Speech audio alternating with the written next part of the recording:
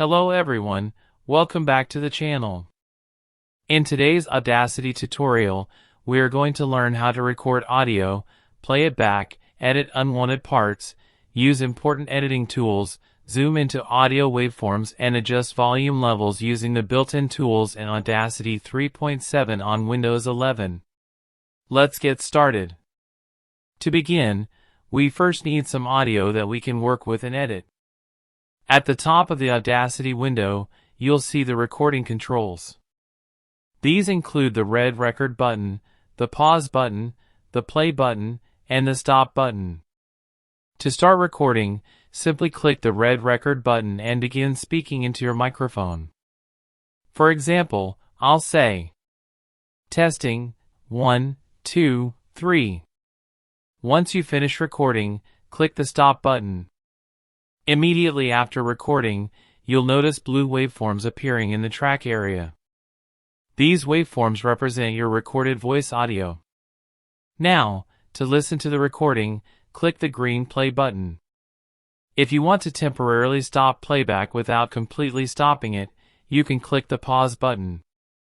When playback is paused, you'll notice a black vertical line in the waveform area.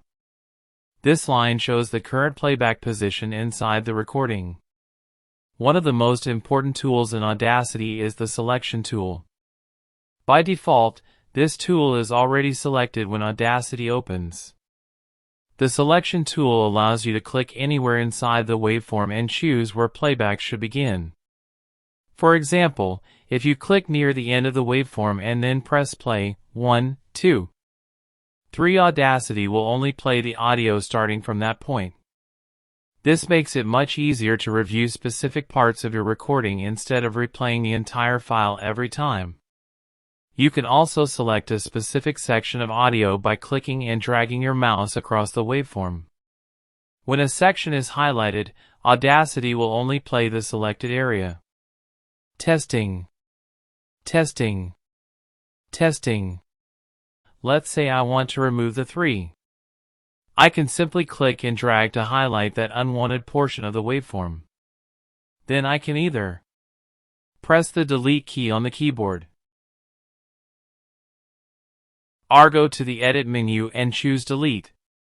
As soon as I delete it, that portion disappears and the remaining audio automatically joins together. If I make a mistake, I can quickly undo the action by pressing Ctrl Z. This is one of the most useful keyboard shortcuts because it instantly restores deleted or changed audio. You can also use Edit Undo to reverse your last action. Another useful shortcut is selecting all audio at once. To do this, simply double-click anywhere inside the waveform area. This selects the entire recording instantly, which is helpful when applying effects or editing the complete audio track. Speaking of effects, Audacity includes many built-in audio effects that can improve your recordings. We'll cover those effects in future tutorials. Now let's look at the zoom tool. Sometimes you may want to closely examine a specific word or sound inside your recording. To do that, select the zoom tool from the toolbar. Once selected, left-click anywhere inside the waveform to zoom in. Each click zooms in further and allows you to see the waveform in greater detail. If you want to zoom back out, click Zoom Out. Zooming is especially useful when making precise edits, removing breaths, cutting mistakes, or cleaning up unwanted sounds.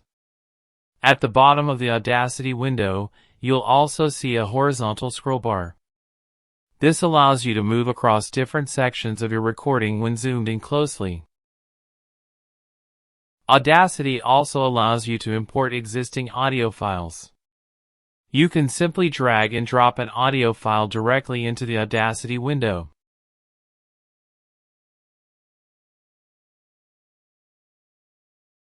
Another method is to click File Import Audio. Then select the audio file from your computer. Once imported, the waveform appears inside Audacity and can be edited just like recorded audio. Now let's look at the Envelop tool, which is used for adjusting volume levels smoothly throughout a recording. Select the Envelop tool from the toolbar. When you click on the waveform, small control points appear. These points allow you to increase or decrease volume at specific parts of the audio. For example, you can create a smooth fade-in effect where the audio gradually becomes louder at the beginning. You can also create a fade-out effect where the audio slowly becomes quieter near the end. These are some of the most important basic editing tools in Audacity, and learning them will make audio editing much easier.